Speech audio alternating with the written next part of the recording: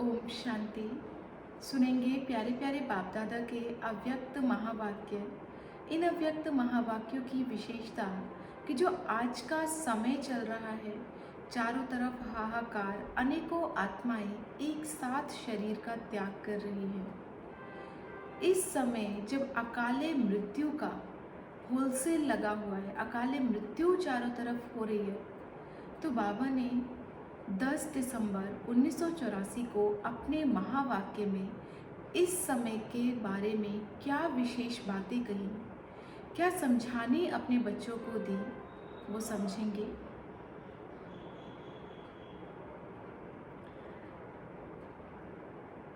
बाबा ने कहा कि जैसे वायु का समुद्र का तूफान अचानक लगता है, ऐसे यह अकाले मृत्यु का भी तूफान अचानक और तेजी से एक साथ अनेकों को ले जाता है। यह अकाले मृत्यु का तूफान अभी तो शुरू हुआ है। विशेष भारत में सिविल वॉर और प्राकृतिक आपदाएं ये ही हर कल्प परिवर्तन के निमित्त बनते हैं। तो ऐसे समय में प्यारे बाप दादा के महारथी बच्चों को विश्व परिवर्तन के निमित्त बने हुए बच्चों का क्या विशेष कार्य है, हम बच्चों को क्या करना है, उसके बारे में बाबा ने क्या कहा। बाबा ने कहा वर्तमान समय विश्व में मेजॉरिटी आत्माओं में भय और चिंता, ये दोनों चीज़ें ही विशेष सभी में प्रवेश है। हम देख रहे हैं अभी चारों ओर हर एक आत्मा के अंदर में भय और चिंता, बाहर का जो वातावरण है वही भय और चिंता का बन गया है। लेकिन जितने ही वह फिक्र में है, चिंता में है, उतने ही आप शुभ चिंतक हो। चिंता बदल शुभ चिंतक के भावना स्वरूप बन गए हो। भयभीत के बजाय सुख के गीत गा रहे हो। सदा शुभ चिंतक बन शुभ भावना, शुभ कामना की मानसिक सेवा से भी सभी को सुख शांति की अंजलि देने वाले हो ना। सभी आत्माओं को सुख शांति की अंजलि देनी है शुभ चिंतक बन शुभ भावना, शुभ कामना के द्वारा। अकाली मृत्यु वाली आत्माओं को अकाल मूरत बन शांति और शक्ति का सहयोग देने वाले हो ना, क्योंकि वर्तमान समय सीजन ही अकाले मृत्यु की है।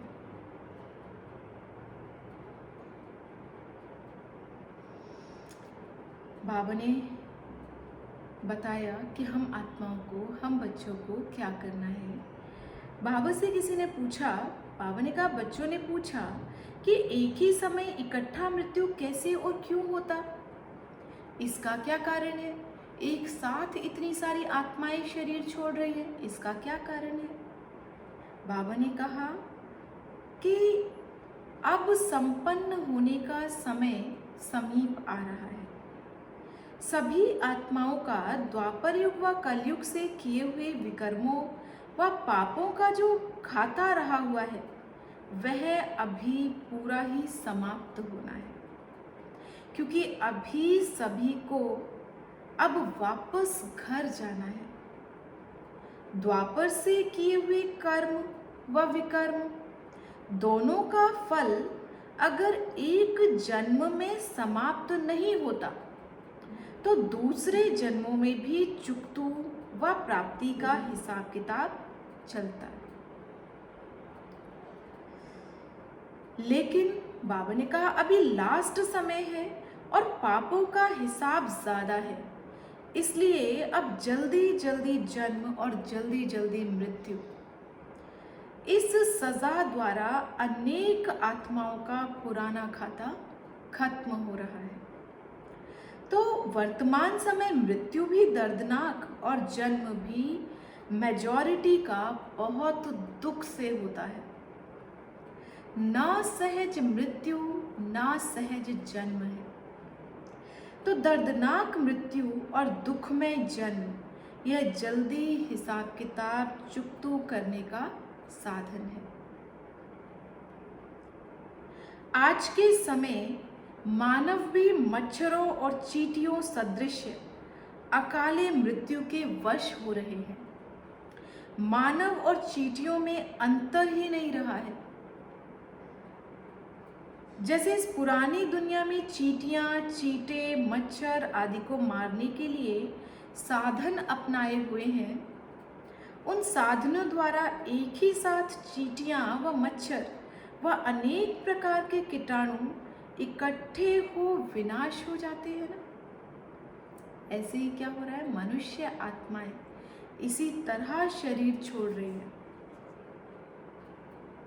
तो यह सब हिसाब किताब और सदा के लिए समाप्त होने का कारण इकट्ठा अकाले मृत्यु का तूफान समय प्रति समय आ रहा है।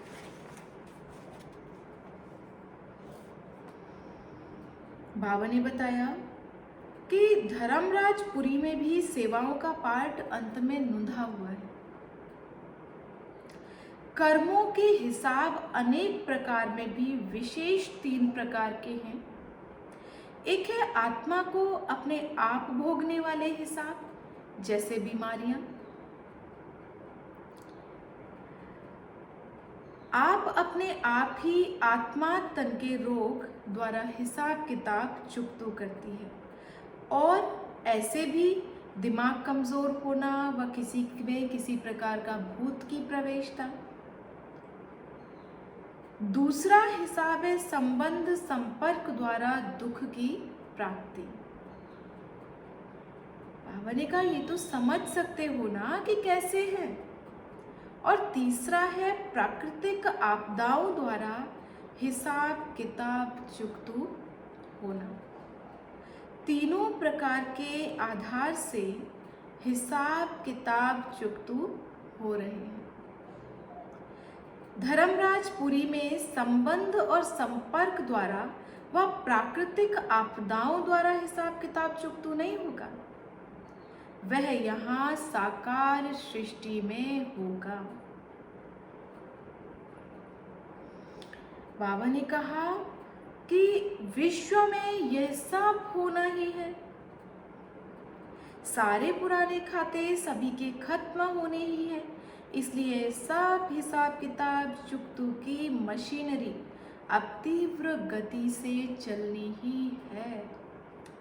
अब अपने आप को चेक करो कि मुझ ब्राह्मण आत्मा का तीव्र गति के तीव्र पुरुषार्थ द्वारा सब पुराने हिसाब किताब चुकतू हुए हैं व अभी भी कुछ बोझ रहा हुआ है। तो बाबा ने इसकी निशानी बताई। निशानी में बाबा ने कहा कि श्रेष्ठ परिवर्तन में व श्रेष्ठ कर्म करने में कोई भी अपना स्वभाव संस्कार विघ्न डालता है। वह जितना चाहे जितना सोचते हैं उतना नहीं कर पाते, और यही बोल निकलते व संकल्प मन में चलते हैं कि ना चाहते भी पता नहीं क्यों हो जाता है, पता नहीं क्यों हो जाता है। वह स्वयं की चाहना श्रेष्ठ होती है। हिम्मत उल्लास होते भी परवश अनुभव करते हैं। कहते भी है कि ऐसा करना तो नहीं था, सोचा तो नहीं था, लेकिन हो गया। इसको कहा जाता है स्वयं के पुराने स्वभाव संस्कार के वशीभूत के परवश, किसी संग दोष के परवश, किसी वायुमंडल वाइब्रेशन के परवश। ये 3 निशानियां ये बाबा ने बताई। बाबा ने कहा हिसाब चुकतू अर्थात हर प्राप्ति के अनुभवों में उड़ती कला। दुख में दुनिया में तो दुख की घटनाओं के पहाड़ फटने ही हैं। ऐसे समय पर सेफ्टी का साधन एक ही है, बाप की छत्र छाया। छत्र छाया तो है ही ना। बाबा ने कहा कितना भी दर्दनाक सीन हो, लेकिन मेला है तो भयभीत नहीं होंगे, मिलन के गीत गाते रहेंगे, खुशी में नाचेंगे, औरों को भी साहस का सहयोग देंगे। ओम शांति।